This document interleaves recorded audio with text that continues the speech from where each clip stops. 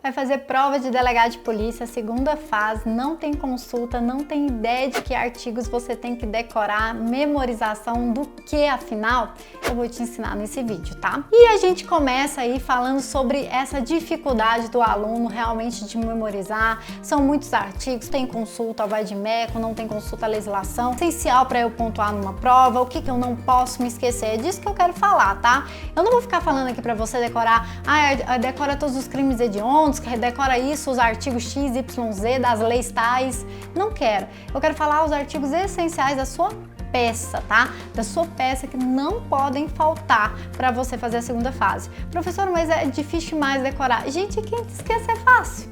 E quem te falou que era fácil se tornar delegado de polícia? Se fosse fácil, estava todo mundo passando. Então esse vídeo aqui veio assim desmistificar o que você tem que ter na sua peça decorada de cabeça, e você repete aí, faz a sua anotação, copia comigo e não esquece no dia da sua prova. A primeira peça, a gente vai falar da peça de prisão temporária, tá? A primeira peça, prisão temporária, e todas as peças a gente vai falar de preâmbulo, vai falar de fundamento, vai falar de pedido. No caso de qualquer uma das peças que a gente for conversar hoje, você pode basear o seu preâmbulo, que é aquele: a Polícia Civil do Estado de tal vem muito respeitosamente perante Vossa Excelência, com fulcro no artigo tal, que é o fundamento o seu pedido de qualquer cautelar, o artigo 144 da Constituição. Anota aí, o artigo 144 da Constituição pode estar em toda peça cautelar sua.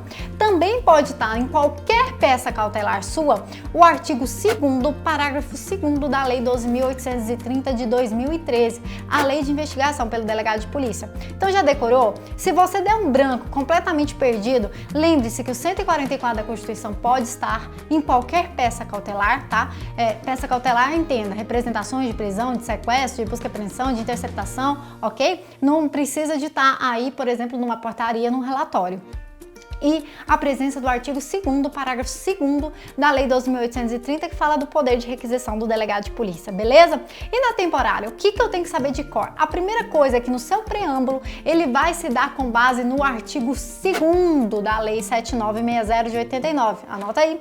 Na prisão temporária, artigo 2º da 7960 de 89. E aí você vai falar dos requisitos cautelares para poder pedir essa prisão temporária, onde vai estar presente primeiro o fumus comissi delicti. Ou seja, como no fumus comissi delicti você vai falar a presença de indício de autoria e prova de materialidade de um crime que admita temporária, você tem que citar o artigo 1º, inciso 3 da 7960 ou o artigo 1º da 8.072. Seria assim perfeito se você se lembrasse da alínea, tá?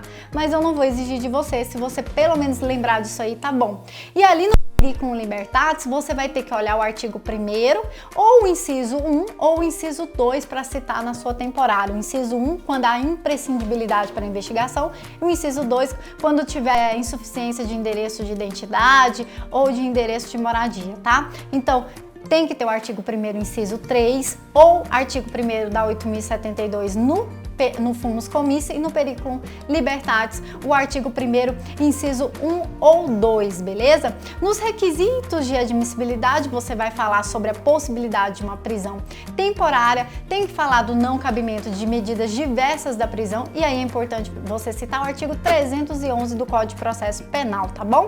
E no pedido, você se manifesta, tá? Pelo prazo de 5 dias, onde você vai ter que decorar o artigo 2º da Lei 7960 de 89, tá? No pedido, não esquecer de falar do prazo que está previsto no artigo 2º da Lei 7960, que é de 5 dias, ou no caso da 8.072, que é o prazo de 30 dias, beleza? Esses são os artigos de decoração, de decoreba para prisão temporária. Vamos para a prisão preventiva? No caso da prisão preventiva, também no preâmbulo você pode usar o 144, artigo 2º, parágrafo 2º da 12.830, não vou repetir isso mais, tá? Mas o que tem que estar no seu preâmbulo é o artigo 13, inciso 4 do CPP e artigo 311 seguintes do CPP. Alguns doutrinadores vão citar 311, 312, 313, tá? Mas se você pôr 311 seguintes do CPP já tá suficiente, porque o que baseia o pedido da sua prisão preventiva é mesmo 311. E o artigo 13, inciso 4 do CPP, beleza? Ali são artigos obrigatórios no preâmbulo. No fumus comissi delicti, você vai explicar a existência de indício de autoria e prova de materialidade de um crime que tenha ocorrido. Mas é no periculum libertatis que você vai ter que lembrar de citar o artigo 312 do CPP. Se você decorar da forma que eu falei, que no preâmbulo está o 311, você vai lembrar que nos requisitos cautelares você tem que citar o 312. O que fala o 312? O inciso 1 fala de garantia de ordem pública ou garantia da ordem econômica, o inciso 2, assegurar a instrução processual e o inciso 3, garantia de aplicação da lei penal.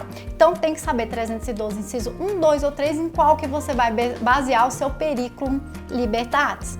Por fim, você vai lá falar sobre os requisitos cautelares e aí você vai ter que lembrar do artigo 313, tá?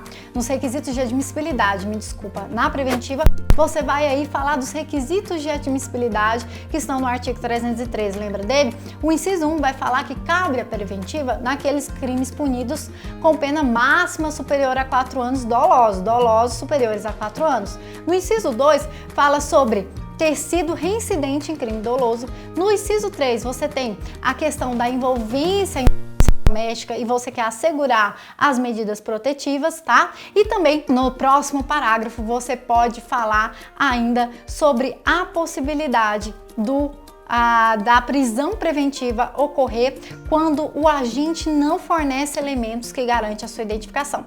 Lembrando que o parágrafo único do artigo 313 é a única hipótese que você pode ter uma prisão preventiva em caso de crime culposo.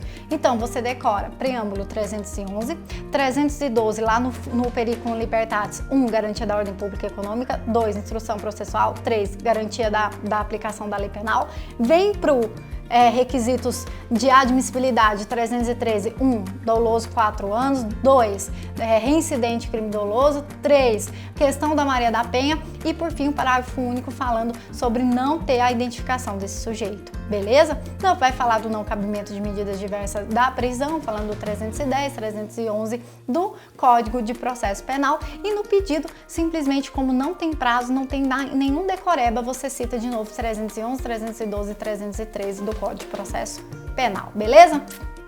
Interceptação telefônica. Também tem uns artigos de decoreba obrigatório.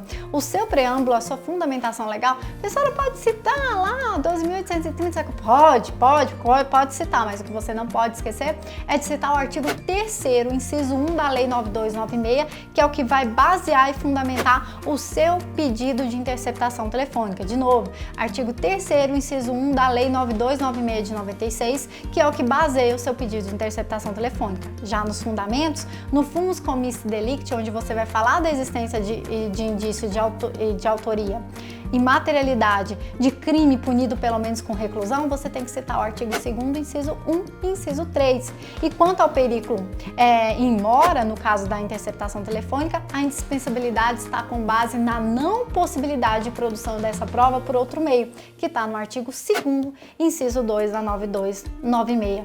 Nos fundamentos, você vai falar artigo 2º, inciso 1 e 3 da 9296 de 96 para o fumus commissi delicti e no periculum o artigo 2º, inciso 2 da 9296. E por fim, no seu pedido, interceptação telefônica tem prazo? Tem prazo, tá? O prazo é de 15 dias e está previsto no artigo 5º da Lei 9296. É só lembrar 5º da Lei 9296, que deve ser citado aí no seu pedido o prazo de 15 dias, beleza? Na questão da interceptação telemática agora, que é aquela possibilidade de interceptação de e-mail, de dados trocados, você também vai usar como fundamentação legal o artigo 3º, inciso 1 da 9296. Não vai mudar, tá? Aí nos seus fundamentos, quanto ao fumus commissi delicti, quanto à prova de autoria e materialidade, você tem que citar o artigo 8º-A, inciso 2. E no periculum in mora, você tem que citar o artigo 8º-A, inciso 1. O inciso 1 fala que a prova não pode ser feita por outros meios disponíveis. E no seu fumus commissi delicti, não esqueça, na interceptação ambiental, você tem que falar que as penas máximas têm que ser superiores a 4 anos. Não é o requisito de reclusão da interceptação telefônica, tá? O artigo 8º-A, inciso 2, ele tem um requisito diferenciado, tá bom? Pedido de afastamento do servidor público, pessoal, ele sofreu algumas alterações. Se fosse com base na lei de lavagem de dinheiro, você fazia com base no artigo 17D. Ocorre que esse artigo foi recentemente declarado inconstitucional pelo STF no mês de novembro, tá? Então, o seu pedido de afastamento cautelar do servidor público, ele se pode dar com base no artigo 2º, parágrafo 5º da 12.850, que é a lei de organização criminosa. Se você tiver uma organização criminosa, requeira, né, o seu pedido de afastamento com base no artigo 2º, parágrafo 5º da lei 12.850. Agora, quando não se tratar de uma organização criminosa, a base do seu fundamento legal vai ser o artigo 319 do CPP, que fala do quê? Do poder geral de cautela, de decretar medidas cautelares pelo juiz. Então, artigo 319 do CPP ou o artigo 2º, parágrafo 5º da 12.850 de 2013. Lembrando que se você estiver diante de um pedido de afastamento de servidor público com base na 12.850, no seu fumus comissi delicti você tem que falar que há a existência do crime de organização criminosa, previsto no artigo 1º ou artigo 2º da lei 12.850, então tem que citar. E quanto ao periculo in mora, que é a indispensabilidade da medida, você fala também da necessidade de investigação e instrução criminal, previsto também no artigo 2º, parágrafo 5º da lei 12.850. Não tem prazo, simplesmente vai citar dessa forma, beleza? O pedido de representação por incidente de insanidade mental, ele vai se basear com o artigo 149, parágrafo 1º do CPP, combinado com 319, inciso 7 do CPP. De novo, artigo 149, parágrafo 1º, combinado com o artigo 319, inciso 7 do CPP. É esse o seu preâmbulo que você tem que decorar para o pedido de insanidade, de incidente de insanidade mental, beleza? Mas o que mais você precisa decorar? Busca e apreensão, pedido de busca e apreensão, a sua fundamentação legal vai se dar com base no artigo 240, tá? Parágrafo 1º, e aí o inciso são vários, mas basicamente você tem que decorar no preâmbulo o artigo 240, parágrafo 1º do CPP. E aí tem as várias possibilidades de você pedir a busca e apreensão, seja para arma, seja para investigação, etc. e tal. Inclusive, né, eu já falei em aula minha que é interessante que se você não lembrar de nenhum, você use a linha H. A linha H fala proceder-se à busca domiciliar quando fundadas razões para colher qualquer elemento de convicção. Outro que é muito importante você ter em mente, talvez, para tentar decorar, é a linha D, que fala sobre apreender armas, munições, instrumentos utilizados para a prática do crime. Então, 240, parágrafo 1º, tá, do CPP tem que estar na sua fundamentação. E no fumus comissi delicti e também no periculo in mora, você tem que demonstrar e justificar, com base nessas alíneas, a necessidade de busca e apreensão, beleza? Vamos continuar vendo o que mais que você tem que decorar de forma obrigatória. Cai menos, mas por que não saber, também a fundamentação legal para o seu pedido de sequestro de bens móveis e imóveis seria o artigo 127 do CPP, tá bom, pessoal? Tenta decorar o artigo 127 do CPP para o seu pedido de fundamentação legal. No seu fumus comissi delicti, você tem que falar a existência do artigo 125 e 126 do CPP, tá? Que é a existência de indício de autoria e prova de materialidade de crime e a necessidade de se apreender algo demonstrando vínculo entre o bem e a conduta ilícita.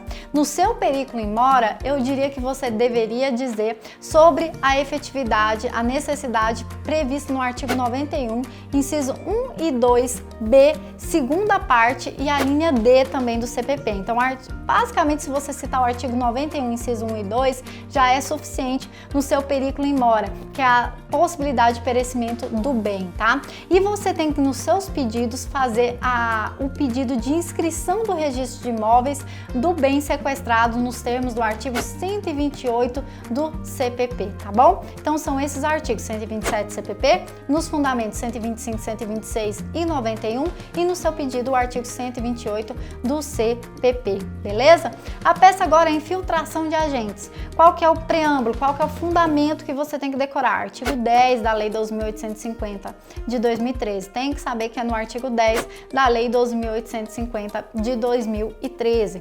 No fumus comissi delicti, você tem que falar que a pena é um crime de uma organização criminosa, cuja pena máxima é superior a 4 anos, praticada por essa organização criminosa, que está no artigo 10, parágrafo 2º. Você tem que decorar. Artigo 10, parágrafo 2º no seu fumus commissi delicti.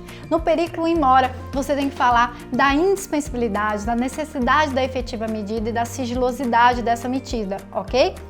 E nos pedidos, o que você tem que decorar é o prazo. O prazo é de 6 meses, previsto no artigo 10, parágrafo 3º. E se você quiser brindar com a sua prova fechando com chave de ouro, lembra que a oitiva do Ministério Público é obrigatória de acordo com o artigo 10, parágrafo 1º. Então, você tem artigo 10 no fundamento, tá? Artigo 10 no seu fundamento. No fumus commissi, você tem que citar o artigo 10, parágrafo 2º. E lá no seu pedido, o artigo 10, parágrafo 3º, que fala do prazo, e o parágrafo 1º, que fala do Ministério Público. Beleza? Pedido aí de inserção em programa de testemunha. Qual que é o fundamento legal que você tem que decorar? Artigo 5º, inciso 3 da Lei 9807/99, a Lei de Proteção à Testemunha. Artigo 5º, inciso 3 da Lei 9807/99, pode ser combinado ou não com o artigo 2º, parágrafo 1º, tá? Da lei, artigo 2º, parágrafo 2º da 12.830 e com o artigo 144 da Constituição, mas o mais importante é o artigo 5º, inciso 3 da 9807/99, que dá o poder de requisição da inserção no programa de testemunha pelo delegado de polícia.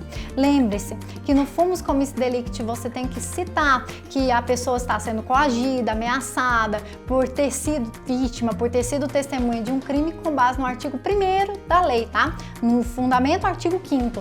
No fumus commissi delicti, artigo 1º da 9807/99. E o periculum in mora, a necessidade de evitar a gravidade dessa coação, de não existir outros meios, está com base no artigo 2º da 9807/99. Então, recapitulando, você tem que citar seu preâmbulo, o artigo 5º, inciso 3 da 9807/99. No fumus commissi delicti, o artigo 1º da Lei 9807/99. E no periculum in mora, o artigo 2º da 9807/99. E por fim, o seu pedido determina a proteção ouvido MP, que está no artigo 3º, após a anuência, claro, da vítima ou testemunha que quem quer se proteger. Ok? Peça agora a entrega vigiada prevista na Lei de Drogas, que para a coação controlada do 12.850, tá? A entrega vigiada vai ter sua fundamentação legal, seu preâmbulo no artigo 53, inciso 2, parágrafo único da Lei de Drogas. Artigo 53, inciso 2, parágrafo único da Lei de Drogas, beleza? Tem que decorar só esse, tá?